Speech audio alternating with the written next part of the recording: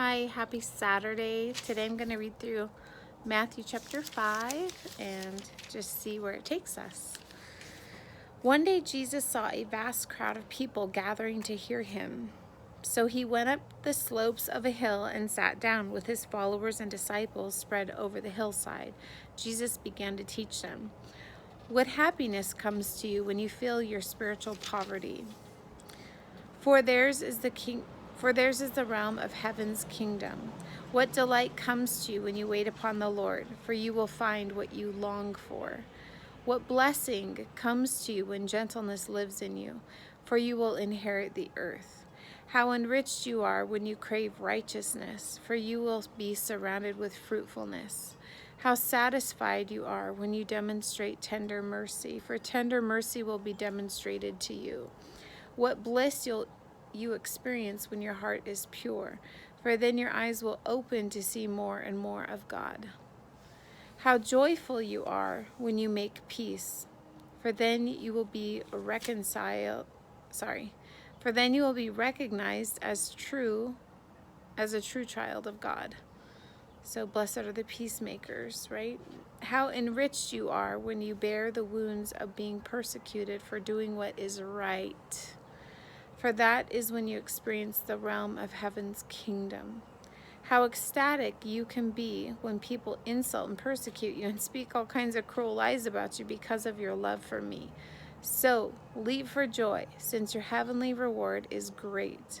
For you are being rejected the same way the prophets were before you. Your lives are like salt among the people. But if you, like salt, become bland, how can your saltiness be restored? Flavorless salt is good for nothing and will be thrown out and trampled by others. Your lives light up the world. Let others see your light from a distance. For how can you hide a city that stands on a hilltop? And who would light a lamp and hide it under an obscure place? Instead, it's placed where everyone in the house can benefit from its light. So don't hide your light. Let it shine brightly before others, so that the commendable things you do will shine as light upon them. And then they will give their praise to your Father in heaven.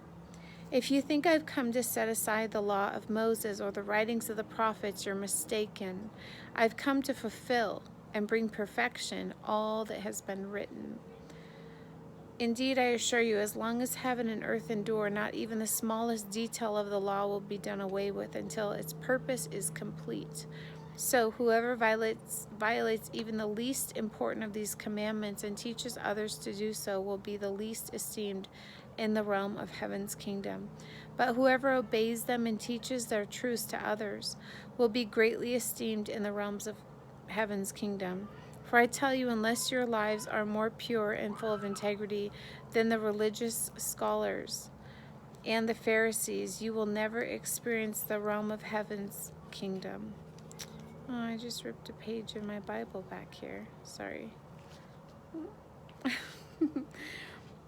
You're familiar with the commandment that the old generation was taught? Do not murder, or you will be judged. But I'm telling you, if you hold anger in your heart towards a fellow believer, you are subject to judgment, and whoever deems and insults a fellow believer is answerable to the congregation. Whoever calls down curses upon a fellow believer is in danger of being sent to fiery hell. So then, if you are presenting a gift before the altar in the temple and suddenly remember a quarrel you have had with a fellow believer, leave your gift there in front of the altar. Go at once to apologize to the one who's offended. Then, after you have reconciled, come to the altar and present your gift. It's always better to come to terms with the one who wants to sue you before you go to trial, or you may be found guilty by the judge, and he will hand you over to the officer who will throw you into prison. Believe me, you won't get out of prison till you have paid the full amount. So just backtracking, right? It says that the Old Testament, the law, is not being null and void. It's actually being fulfilled in the New Testament and through Jesus coming, and he's going now through pieces and components of the law and explaining how they're still valid and how they're being applied. So, first of all, it dealt with how people treat one another and that you need to clean up your mess, right? It's better to first clean up your mess before you go try to worship God than to have a lot of messes with other Christians or other people in your life and you've left those unattended. God says, don't try to come and worship me and have a bunch of mess. Go clean up your mess and then you can bring your gift, okay? So verse 27, your ancestors have been taught never commit adultery. However, I say to you, if you look with lust in your eyes at the body of a woman who's not your wife, you've already committed adultery in your heart. If your right eye seduces you to fall into sin, then go blind in your right eye. You'd be better off losing sight in one eye than to have your whole body thrown into hell. And if your right hand entices you to sin, let it go limp and useless, for you're better off losing part of your body than having it all thrown into hell. It's been said, whoever divorces his wife must give her legal divorce papers. However, I say to you, anyone divorces his wife for any reason except for infidelity, he causes her to commit adultery. Whoever marries a divorced woman commits adultery. Again, your ancestors were taught, never swear an oath that you don't intend to keep, but keep your vows to the Lord God. However, I say to you, don't bind yourself by taking an oath at all. Don't swear by heaven, for heaven is where God's throne is placed. Don't swear an oath by earth, because it is the rug under God's feet, and not by Jerusalem, because it is the city of the great King. And why would you swear by your own head, because it's not in your power to turn a single hair white or black? But just let your words ring true. A simple yes or no will suffice. Anything beyond this springs from a deceiver. So it's just a thing of having integrity. Let your yes be yes, your no be no, is another translation of that. And you just need to let your words mean what you say and say what you mean. So that's the point of that. Have integrity, be clear, be honest and truthful, have some integrity, right? Your ancestors have also been taught, take an eye in exchange for an eye and a tooth in exchange for a tooth. However, I say to you, don't repay an evil act with another evil act. But whoever insults you by slapping you on the right cheek, turn the other to him as well. So let's just go into that for a moment, an eye for an eye of justice. We see currently riots and just mass chaos happening in Minneapolis right now over a murder of a fellow American citizen, and it is awful. The murder was awful. Having the justice system involved in it was awful.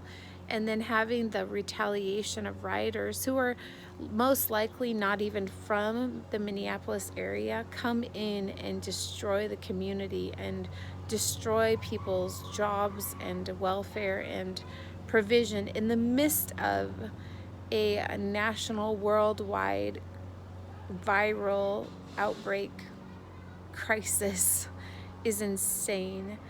And there's a reason why the Word of God says, don't repay evil with evil. Because all you've done is compounded evil. All you've done is double up or triple up. And it has not brought justice. All it's done is bring ample destruction. And so there's going to be justice for that situation. I can see, we see our judicial system working at that, just indicting that police officer within 2 days of the crime happening, which was phenomenal and completely justified, and I think great. The other officers definitely need accountability, and that's going to come. But the impatience and the foolish behavior of some of our American citizens against their own nation, against their own brothers and sisters, is insanity. So yeah, if it's not right, it's evil. And so don't repay an evil act with another evil act. But whoever insults you by slapping you on the right cheek, turn the other to him as well. If someone is determined to sue you for your coat, give him the shirt off your back as well as a gift in return. Should people in authority take advantage of you, do more what they demand. Do more than what they demand. Learn to generously share what you have with those who ask for help, and don't close your heart to the one who comes to borrow from you. Love your ancestors, your ancestors have also been taught, love your neighbors and hate the one who hates you. However, I say to you, love your enemy, bless the one who curses you, and do something wonderful for the one who hates you, and respond to the very ones who persecute you by praying for them. For that will reveal your identity as children of your heavenly Father. He is kind to all by bringing the sunrise to warm and rainfall to refresh whether a person does what is good or evil. What reward do you deserve if you only love the lovable? Don't even tax collectors do that? And tax collectors were the despised of society. So don't they even love those who love them? Okay, but to go beyond that and to be able to love at a capacity that would love the unlovable or the unworthy is a kind of love that is very impossibly challenging to do unless you have God's love in your life, because you were that unlovable, unworthy person who did not deserve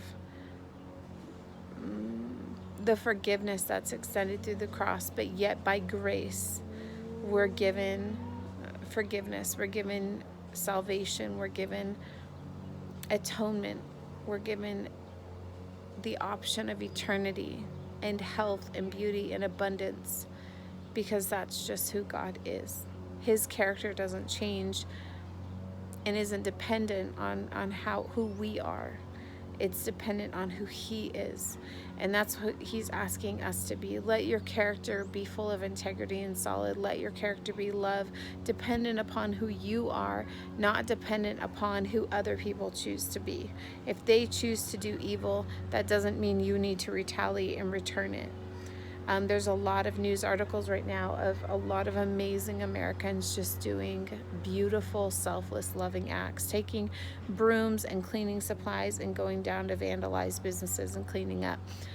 People coming together in unity, and neighborhoods coming together to protect stores and businesses, and police officers that are trying to don that uniform and go out into their community and know that there's such animosity. You know, I don't know if there's any amount of money that pays for that. And that's courage to walk out into the fire and to not retaliate either. I haven't heard of one person so far in the news that a police officer has attacked. Now, if I was in uniform and I was in the middle of a riot and people were losing their minds, I would probably be beating some butt. I want to swear, but I won't, because use of force continuum, you've got high escalated people, you're going to use a more high escalated method, but we don't see that. We see tremendous self-control happening right now by the people that are doing good and not evil, and it's impressive. So I just commend those police officers that are doing good and that are upholding the law, upholding justice, and upholding equality, and are stepping into their uniform and being courageous in the midst of this rioting situation going on. And I just commend them. That's all. So verse 47, don't even the tax collectors love those who love them. How are you any different from others if you limit your kindness only to your friends?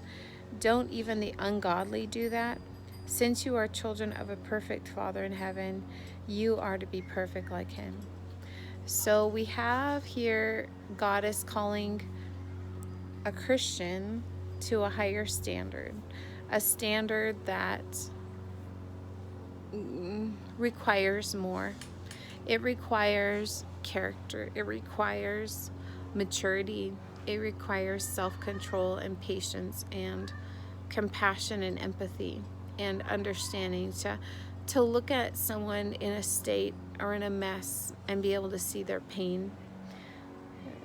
Sometimes I like to look at an adult who's a mess, and I just like to look at them and think, what were they like as a little boy or as a little girl? And how does God see them? Because he sees past all that, those protective walls, and he sees into the heart. And what caused them to get to that point? What caused them to commit those crimes? What caused them to commit that self-destructive behavior? Because that's not who they grew up wanting to be. And they've just been overtaken with pain. And I always just pray for the removal of pain, because as we clear our hearts out of the pain that's inside there, there's a peace that replaces that. And that peace is sustaining and enduring. And it becomes this foundation that you get to live upon. So I guess I just want to pray right now for peace. I pray for peace in your heart, peace in your home, peace in your community. I pray for righteousness to thrive and flourish inside of you, inside of your loved ones, inside of your leaders, inside of your community, inside of our nation.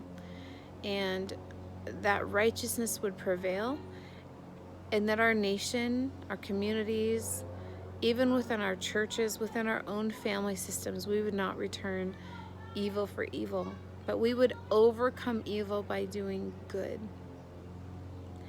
There's really not another way that you are going to be victorious over evil until you are ready to lay down your life and overcome evil by doing good. And I have a tattoo on my arm, and it's has so much depth to me, but it says love never fails. And that's coming out of Corinthians 13, and it just says you can do all these things, but if you don't do it in love, you have nothing. You can build your life and do all these things you want to do, but if you have not done it with love, you have nothing, and you are nothing, and it's nothing. And also your reward is right now, and that's it. It begins and ends here. But if you do things with love and through love, you have eternal treasures. You have heaven on earth right now, so you get to have abundance right now. And then you also get to enjoy it for eternity. When you choose love, and love, agape, agapeo, right, in the Hebrew, it is a love that you can only have when you are united with the God of love. You can't have this level of sacrificial love without the Lord, not truly. Because without God, we are selfish to the core of our beings. So love is gentle, love is kind, love suffers long, love is patient. Love does not seek its own. And love never fails.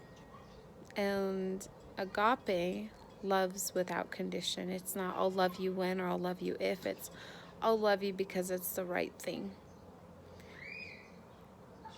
And I would love to see more agape in our world, like no strings attached kind of love. Not, I'll love you and help you out, but you owe me back.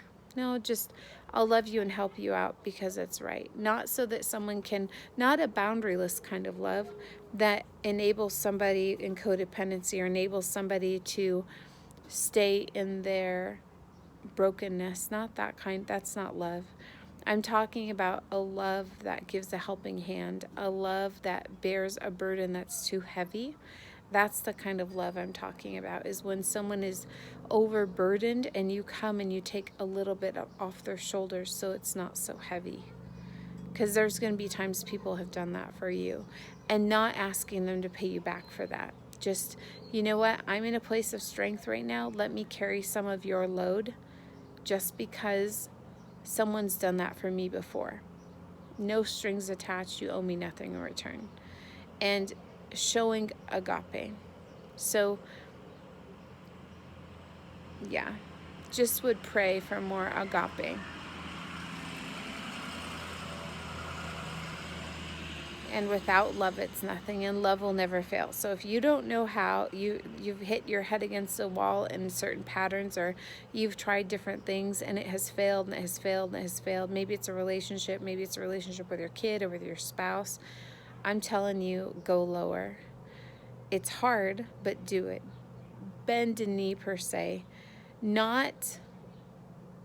I'm not condoning violence here. I'm not condoning abuse. I'm not condoning a boundaryless, let yourself be mistreated motto. That is BS. I strongly disagree with that. But I'm saying